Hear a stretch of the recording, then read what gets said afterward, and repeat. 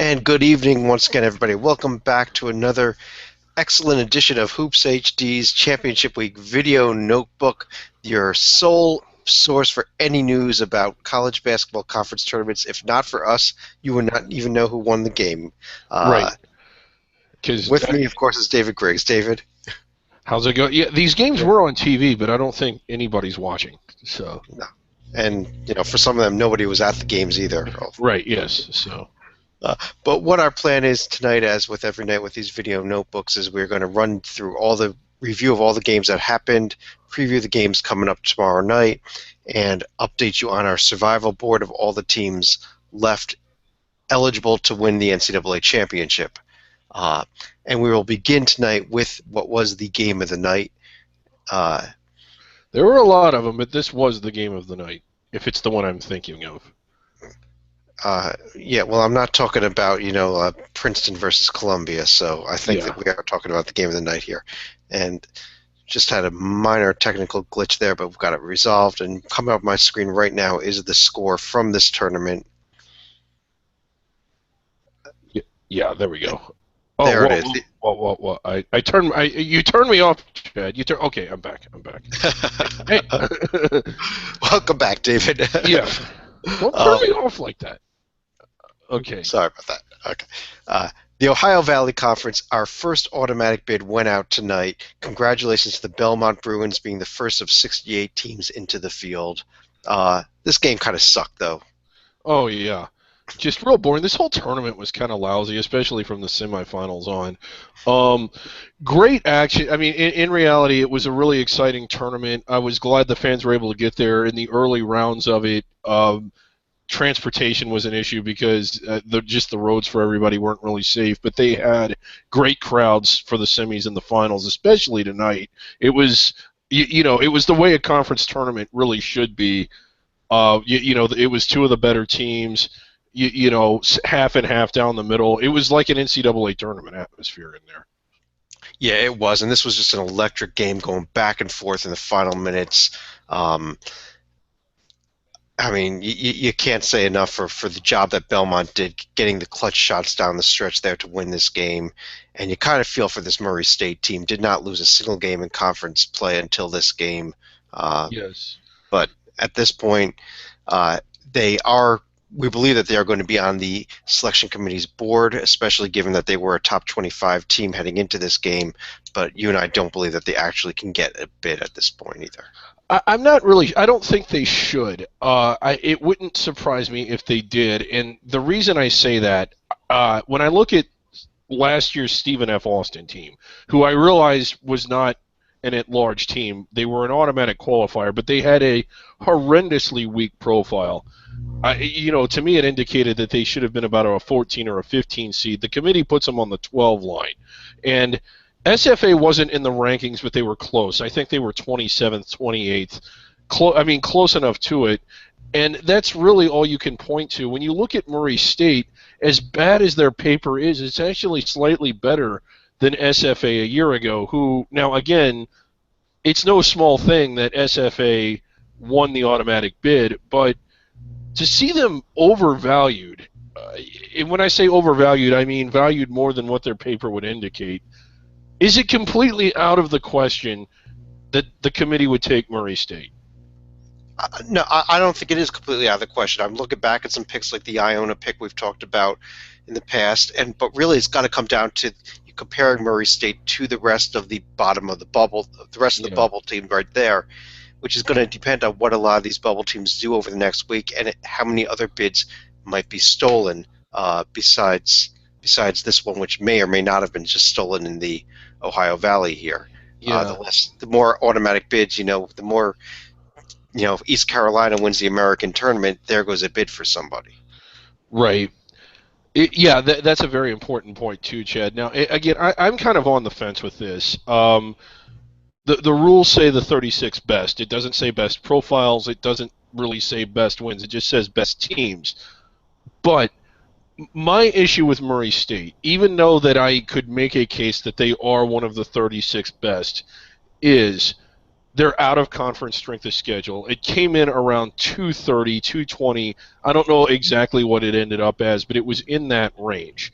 You talk about having to beat good teams to make your case. It's not that Murray didn't beat tournament teams. It's that I don't think they beat a single team that would have been solidly in the NIT.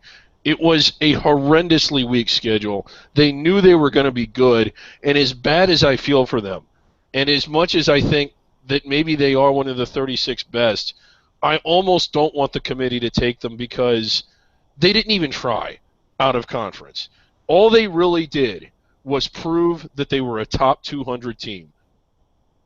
When you play a sub 200 strength of schedule, that's all you prove.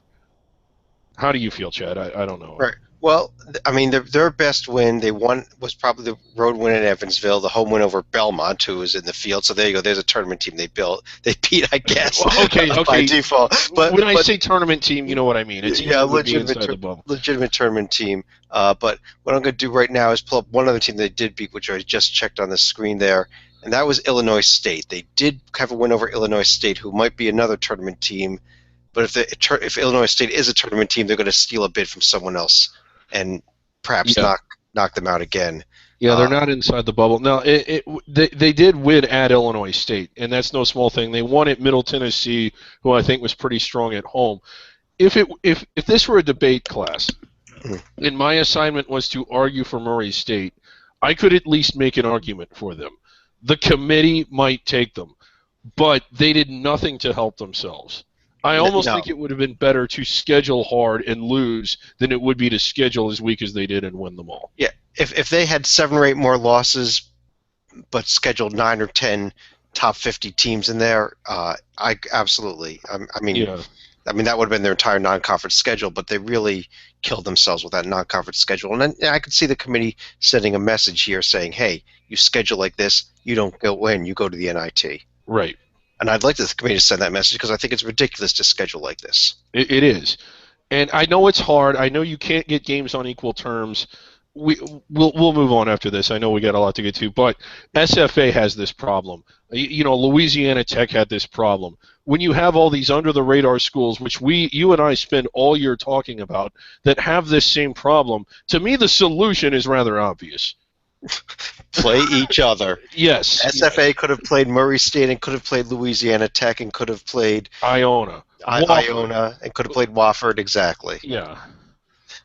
David, I already pulled up on the screen here our next conference, which you were segueing right into, another potential bid thief here tomorrow, as the upset of the day was, maybe the upset of the day, maybe not, but one of the upsets of the day was Illinois State upsetting Wichita State.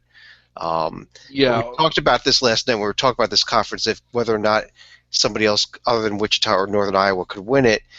The idea here that even if you beat one of these teams, you just have to play the other one the next day, and that's exactly the spot Illinois State is in now.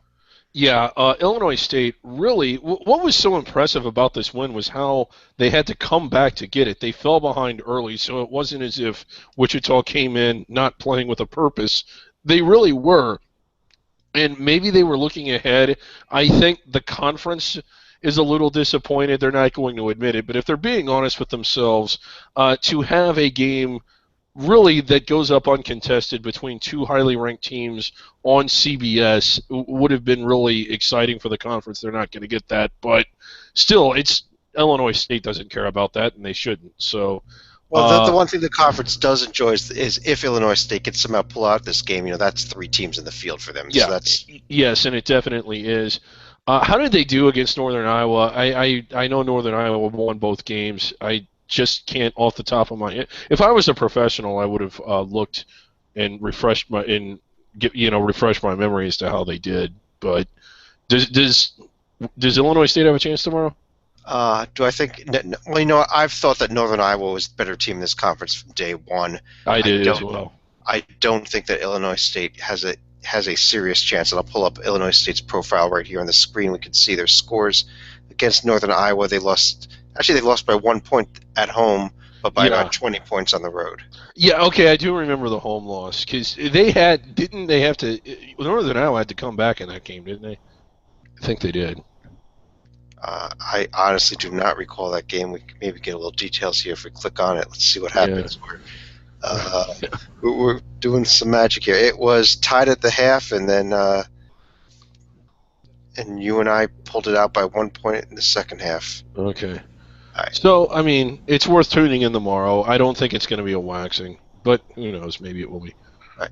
Let's move on to another conference that was in semifinals that just concluded their semifinals right before we went on the air here, David, and that was the Horizon League, where form held. Green Bay took care of UIC pretty easily. Valpo had to sweat out Cleveland State, though. Yeah, real good performance by Cleveland State. I was actually really impressed with them. I didn't think they'd have a chance. I thought, Valpo would come in just jacked to the ceiling, and they did. It was a great atmosphere. But Cleveland State really hung in there, and I mean, it came down to the final 10 seconds. I think they got a shot up that they were down 3. They got a shot up that would have tied the game. Actually, they rebounded a missed free throw down 3 and got a shot up that would have tied the game, but just couldn't get it done. So a real gutty performance by Cleveland State. I'd like to think that they will be in a postseason tournament. It won't be the NIT, but maybe the CIT. Maybe they'll be playing the team of the people. Yeah, maybe they will. Yeah. This tournament, the championship game there, Green Bay is going to be at Valpo. It's not going to be coming up until Tuesday night, so a couple nights off until we reach that title game. It'll be sold out. I think it already is. Yeah. Another conference that was in its semifinals today, and this was early in the day, but this was one of the most exciting games just because of the team winning, not necessarily the score, but the Terriers of St. Francis Brooklyn did advance to the Northeast Conference Championship game with a 62-48 win over SFPA. That crowd was so electric. I don't know how much of the game you caught or not, David, but I watched pretty much all of it. It was really electric. It's going to be even crazier. I guess that game's coming up Monday night. That game is Tuesday night as well. Tuesday night as well. Okay, and yeah, I mean, it was a pretty exciting game. St. Francis Brooklyn opened it up in the middle, about midway through the second half, but it was kind of back and forth before that. In fact, I thought they kind of came out kind of nervous, and that may have had something to do with why they fell behind, but still, really exciting win for them. This other game, they're taking on Robert Morris, who looked impressive. They were at home, chance to advance to the finals, and the fans were so excited that they almost filled half the building. Where were the Robert Morris fans today? That's a real good question. But Robert Morris has pretty much rolled through their first 2 games. They've been one of the top teams in the conference for years now, and I think the Terriers are going to have a real tough time. And while I'm pulling for them just because of the whole great story behind them, I don't know. Even though they're at home, I don't know that they can beat Robert Morris. No. But the game should be, it should be full. Tickets are going to be hard to come by.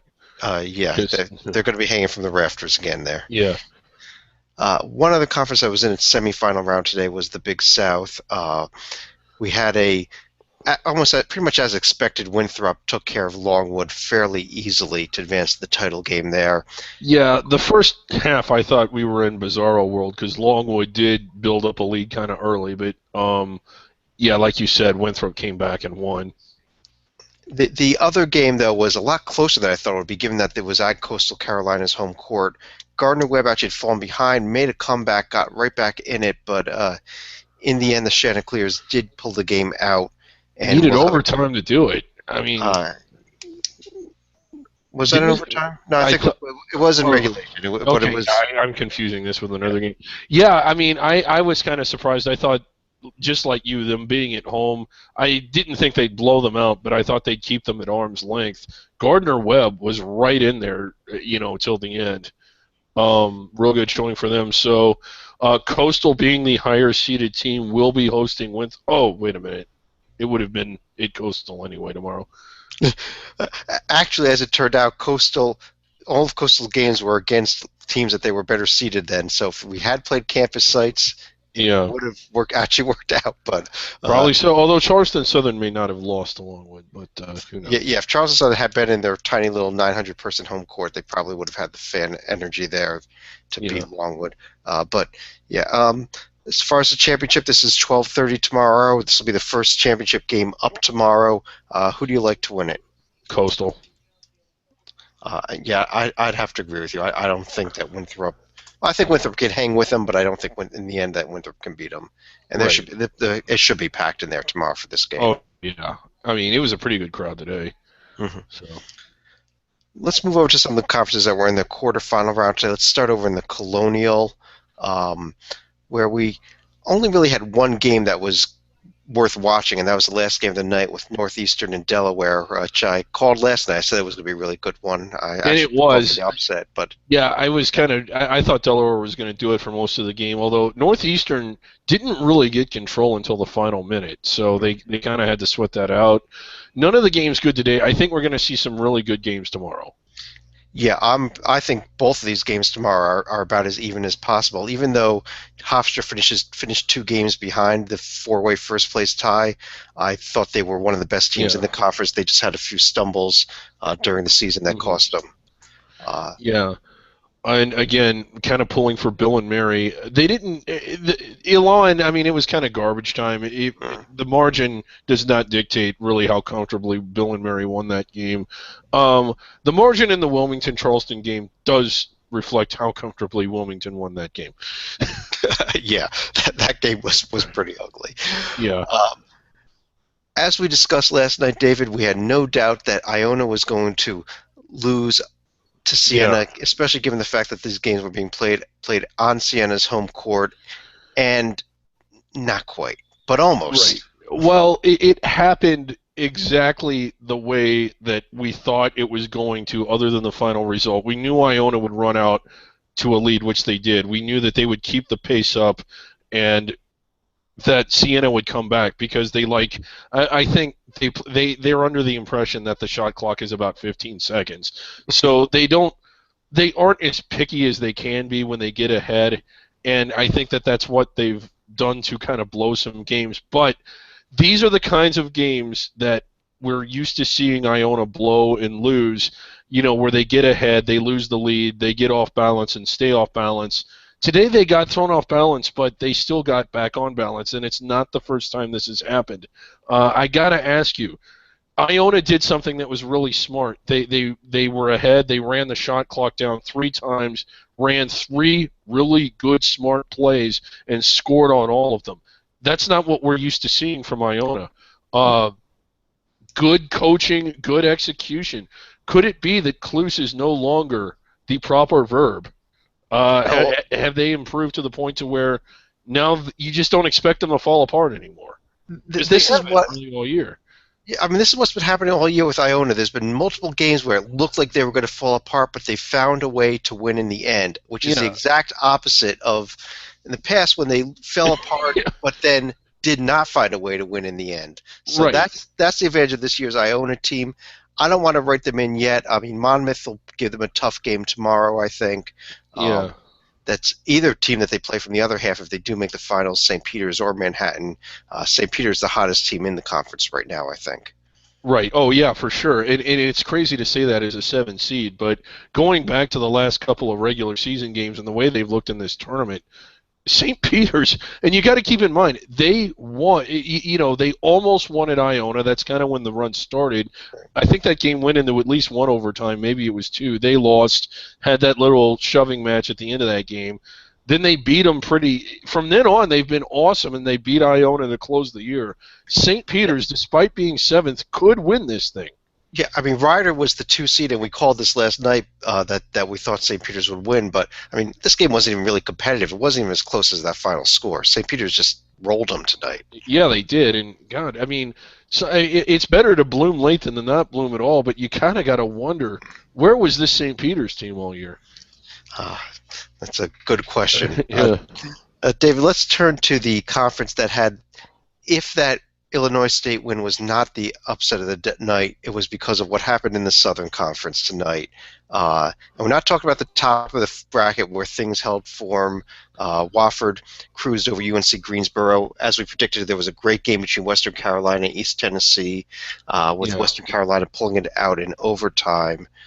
Mercer crushed VMI, but it's that very bottom of the screen there. Just Yeah, shocked. Furman is still alive, which is shocking. Not so much that Chattanooga was a good team. They were. They won at Wofford. If anybody was going to win other than Wofford, I would have guessed it was them. But it was that Furman is so bad. I mean, I didn't think they'd be able to beat anybody. Yeah, yeah. And they probably beat a pretty good Chattanooga team. They beat a pretty good Chattanooga team. Now Chattanooga, I believe, has now not gotten out of their first game in the Southern Conference tournament for like 5 years in a row. It's just they seem to have a problem playing in the conference tournaments, and it happened again tonight. Yeah. I think that Mercer's going to take care of Furman tomorrow. That's going to be the end of their run, and we're looking at a Mercer-Wofford final coming up. Yeah, which is, if that holds serve, and I realize the bracket kind of fell apart here, but this is a Mercer team that was really good the last 2 years, especially last year. I think everybody remembers their win over Duke. This is a down year for them. They lost a lot of players. What's that say about this Mercer program when in a down year they finish third, and if what happens tomorrow is what we expect, finishing third and going to the championship game, a lot of programs would love to have those kind of down years. Right. Well, while we're discussing the Southern Conference, this Wofford team, should they falter tomorrow or against Mercer in the finals, we've mentioned it a few times. I think that they're above Murray State on the board. I definitely think they should be. You know, I don't know if we can get their profile up here or not, but they have one of the things that a selection committee full of athletic directors is going to like about Wofford is that they played the 18th toughest out of conference schedule. I say 18th. I don't know if we get that, but here it is on the board right now. It's actually 21 right now. Okay, 21. Oh, okay, but very solid, 18-21. Whereas Murray State, their strength of schedule was about that times 10. It was about 221. And you look at this road win at NC State, a home win over Iona, a win over Sam Houston State, and the losses are not bad there. West Virginia, Duke, Stanford. Yeah, they won at Chattanooga. Now, I realize that that's not a top 100 win, but it is the kind of win. I don't know what Chattanooga's home record was off the top of my head, but they didn't lose but a couple games at home. They're going to get more credit for that than any, in my opinion. Just that win at Chattanooga is better than any game Murray State won. Right. The big black mark here is, of course, in the loss column at the very bottom, that loss at the Citadel. Still haven't figured that one out. Well, you don't need to. I don't see it. It's not on the screen now. Just don't scroll down. No, don't scroll down. Don't. No. Oh, there it is. Sorry. All right. Without that loss, oh boy, all they had to do was win at the Citadel. We kicked off play tonight in the Summit League as well. There was just the first two of four quarterfinals. Top seeds North Dakota State and South Dakota State both won. South Dakota State pummeled Western Illinois. North Dakota State had a game from Denver for about 30 minutes and then decided to turn it on. Again, that really was kind of, they were just kind of sleepwalking. It was a kind of an exciting game until, like you said, the last 10 minutes. South Dakota State against the Leathernecks, I didn't watch but a few minutes of it because it was just there was no point. As far as the two games coming up tomorrow night's the other two quarterfinals, Fort Wayne against South Dakota, Oral Roberts against IUPUI. I like this Oral Roberts team. I thought they would win the conference from the start of the season, but they may not even get out of their quarterfinal tomorrow, honestly. Right, yeah. And again, a potential South Dakota State semifinal would be fun. Really, a potential North Dakota State Oral Roberts game, I think, would be fun. I think that after today, which was garbage day, it's going to be a fairly exciting tournament, especially from the semis on. Right. The one other conference that was in play today is the West Coast Conference. We only have 3 finals so far. As we're recording this, BYU is in a very tight game late in the first half with Santa Clara. But we talked about it last night that we thought Portland might get St. Mary's, and they certainly did. Yes. Well, the saying goes, people they don't think you should get a trophy just for participating. Well, if we gave out trophies just for participating, St. Mary's would not get one because they just did not show up to participate today. What a pathetic... I wasn't huge on this St. Mary's team. I don't think you were either, but you thought that they were at least a solid NIT caliber team. What an unbelievably disappointing, uninspired performance today. I mean, they must have hit the strip last night, and I hope it was fun. And I believe, and you know what the interesting fact out of this game was that this is the first time under Randy Bennett that St. Mary's failed to make at least the semifinals of the West Coast Conference tournament. Well, they got their money's worth. Yeah. So, but I think this also does hurt BYU a bit. Assuming BYU can get by Santa Clara tonight, I thought BYU really needed to pick up the top 100 win. They would have gone over St. Mary's in the semifinal. Now they may need to win this tournament to get in. Yeah, and in order to win this tournament, they're going to have to win tonight, which at the time we're recording this live on tape delay, they are not doing that. They're not doing that yet, yeah. And if they lose this game tonight, David, are they done? I don't know that they're done, because again, you could make a case for them if you really had to, but I don't think I would have them in.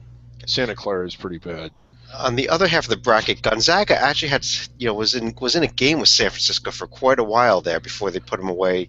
Early in the second half. Yeah, they trailed most of the first half. In fact, I think they trailed by as much as 7 or 8. And then, like you said, it was nip and tuck for the first part of the second half, but then Gonzaga kind of opened it up. Gonzaga is a proud program. Mark Few takes this tournament seriously. I think in some cases when you know you're safely in, a lot of schools, especially after going through the full conference play, they kind of come to the conference tournament not really inspired. Gonzaga typically doesn't do that, but are we seeing a little bit of that from them? Like, we're just ready for the tournament to start. Well, yeah, I hope that this was their game that they kind of slept through and that they wake up tomorrow. Pepperdine's going to give them a tougher test than San Francisco did after pulling out what was obviously the best game of the night so far on the West Coast. A real close, good game over San Diego. Yeah. We have couple of things we want to get to, but let's take a quick preview of some conferences that were not in action today but will be playing tomorrow, David. Semifinal day in the Patriot League, first of all. It's Lafayette at Bucknell and American at Colgate. Yeah, you like this Colgate team, I think. No, I like Bucknell at this point. Oh, you like Bucknell at this point? Yeah, they kind of... I don't know. I think American might get Colgate tomorrow. That wouldn't shock me. I think Bucknell ends up winning this thing. I think that Bucknell-Lafayette game should be a good one, too, though. Yeah, it really should be. I mean, they really should be good the rest of the way. Lafayette, not a whole lot of trouble with Boston in that first game. I don't know, but they got to go up to Bucknell. It's never easy to win on the road. So yeah, and Bucknell normally has a pretty good home court record and home court advantage there. Yeah. The other conferences in the semifinals tomorrow, the America East, Lee Del Vecchio's New Hampshire Wildcats will be in Albany, while Stony Brook will be in Vermont. Yeah, I'm real disappointed Lee was not able to come on tonight. He had a conflict, as he often does. I think Albany's going to win this, but oh my God, if it's New Hampshire, what a great story would that be? And we might just need to get Lee Del Vecchio his own 24-hour special if New Hampshire wins tomorrow. I don't know, this Vermont Stony Brook game. What do you think about this one? Because I think this one could kind of go either way. It might be able to, but I really think Vermont is so tough to beat at home that I think they pull it out. Probably like a 5-6 point victory. I don't think they're going to blow them away, but I think Vermont does get this game. And I would not be shocked to see Vermont hosting the championship game and playing New Hampshire. I just throwing that out there. Yeah, like I said, that would be something. They might move it to New Hampshire. I don't want to steal your thunder. You had a great line today on Twitter. I don't know if that's what we're going to next. Well, why don't we go into that next? We have one more thing to get through tomorrow, but we'll hold that off for a second. After New Hampshire won at home over Hartford today, earlier this week, the state of New Hampshire was back in play tonight. As you recall, last night Yale one at Harvard to take the one-game lead in the Ivy League. All they had to do was either have Harvard lose at home to Brown, which did not happen. Which was not expected, I don't think. Wasn't expected. It was a close game for a half, but then Harvard put them away in the second half. Yeah. Or even easier, they just had to go up to Dartmouth and win. Dartmouth is not much a of a good team. problem. No. But it's in New Hampshire. And what is it about New Hampshire in the month of March?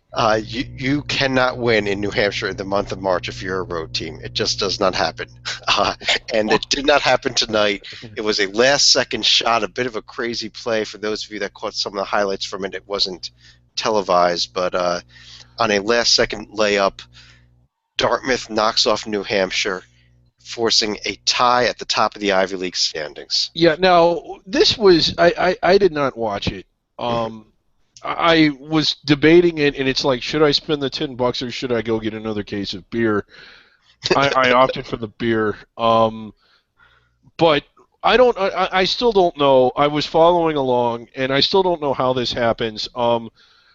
Yale had the ball in a tie game and somehow ended up getting fouled with 2 seconds to go. So they're shooting free throws. They hit one of the two. And then in somehow the 2-second period, Dartmouth was able to advance the ball all the way to the other end of the court where they inbounded under the basket. The play they ran was pretty exciting. What I don't know is how did they advance the ball to the other end of the court? Okay, I did find this out, David. What happened is they went for a baseball pass, a football, full length of the court pass there. It was tipped by the Yale player, but directly out of bounds. So that's how Dartmouth got the inbound play under the basket, as opposed to having to go full length of the court. That took about half a second for the ball to get tipped by the Yale player and knocked out of bounds. Oh, wow. I mean, what a sequence. And the reason I didn't think it would be much of a game, and my thinking is, well, if Yale loses, then it isn't the game that decides the tournament anyway. We're going to get that. Now, this is a great storyline. I mean, the silver lining to this is disappointed as Yale is, they need to get over it because they're playing in what is essentially an NCAA tournament game, not technically but practically, and they're playing against their heated rival. It's at the Palestra. It should be a tremendous crowd. Harvard on one end, Yale on the other, going at it. The two split during the year, ironically winning or on each other's home court. But wow, this is going to be a show on Saturday. Yeah, it will be. It definitely will be Saturday. We don't have the time quite yet. We'll let you know about that, and it will be. If not, it will either be televised or streamed at the very least, so it will be available to watch. One more game coming up tomorrow, though, that we do want to get to. It's the other pretty important one, actually, here. It's an automatic bid will be decided in the Atlantic Sun. South Carolina Upstate at North Florida. That's the 2:30 tip time tomorrow. Yeah, I'm really looking forward to this one. Again, South Carolina State beat them twice during the year. So even though it's at North Florida, as well as North Florida's been playing, it's really anybody's game. I don't think either team's ever been to the NCAA tournament, so neither one has. Yeah. Again, this is what it's all about. It's going to be a raucous crowd. It's going to be an exciting game. Both teams trying to get somewhere that they haven't been before. Upstate got the huge win at Gulf Coast earlier. Both teams playing really well right now. Yeah, and I'm really looking forward to this game. I think it's going to be a close one. I think it could be I don't know that's going to be quite the final finish that we had in the Ohio Valley, because I don't know that any conference tournament final is going to be that good the rest of the way. But it could be close. It could be in that type of league. And if North Florida gets the win, get ready for a massive court storming. That's all I got to say. Yeah, I mean, they're going to do it like they own the place. Yeah. With that, David, we want to move over to our survival board here. I think we're going to pull this up on your screen. Yes, let's see here. Oh, boy. This isn't easy without arms. And let's see if we have it there. Okay, what do we got here? What do we see? All right, we see... There we go. This was as of... this is... Coming into today. No, this is the wrong screen. You want to click on the survival board up top there, though. Oh, the survival board. Yeah, you're on our main Hoops HD page, but this is our great Hoops HD page. Make sure you're all checking it out. But Okay, if you click right there okay, where yeah. where you see us clicking now, we got our survival board. Oh yeah, 3 teams left. We were at 263. At the end of our show last night, we were at 264, but we lost one more team in the West Coast Conference. So heading Yeah, into the day today, we were at 263. There were a couple teams that lost tonight that are not going to come off the board. yeah. Most notably Murray State and Wichita State. Wichita State, yeah. Um, but one additional team that did come off the board tonight was Southern Utah out of the Big Sky, which ended up being the final team eliminated. That's not going to make their conference tournament. Yeah, So you'll see well, that on there when we and update. again, we'd like to congratulate Southern Utah. I believe they were the Centenary Award winners last year. They did advance to the final 263 this year. They were in the final 263, but if we Yes. want to hit the magic button up top there, we'll see where we are right now. Okay, and 238. Wow, busy day. 238 teams left. We're getting closer to the magic 200 mark. If we want to scroll down here a bit, we can see that we thought for example, the Ivy League would be Yeah, there's the down to Ivy. one team, but it's not. It's still at two teams, and that will stay that way until next Saturday. Yeah, and you still got Wichita State bolded. They're in. They're not even being considered. It's Right. just in. There's Murray State in italics. And okay, so again, Chad, why is it important that Wichita's in bold and then Murray is in italics? Wichita State is actually in the field, and by us putting them in bold, we're letting the selection committee know that they are in the field no matter what. Obviously, their season is done now. They've done enough to be in. Murray Yes, State, whose season is also done, needs to be on their under consideration board. They need to talk about them. right, May or may not be in. Belmont, you right. see bold end caps in. In and again, the selection committee comes to this site. They look at this document, and when they see Wichita State in bold, they know they're supposed to take them. Now, if suddenly, like I mean, if we were to have technical difficulties and Murray State were to be put in bold, I mean, they would get into the field. So we have to be extremely careful when we're working with this, Yes, and not confuse the selection committee. and if you want to scroll all the way down to the West Coast Conference at the very bottom of the page here, we see that we may lose one more team tonight if Santa Clara loses this game to BYU. However, if BYU loses, they are in italics, which means they will remain under consideration, and the total number of teams remaining will not change. Yeah. So that's something to look for in the morning. If you see Santa Clara gone, that means that BYU won. Yeah. All right. Yeah, and again, I didn't have it locked in, but you can see there's BYU in there too. So okay. So I mean, if you couldn't see it when Chad was talking, but you can see it now. All right. So that's our survival board update. And with that, David, any other news or notes that we wanted to hit on tonight?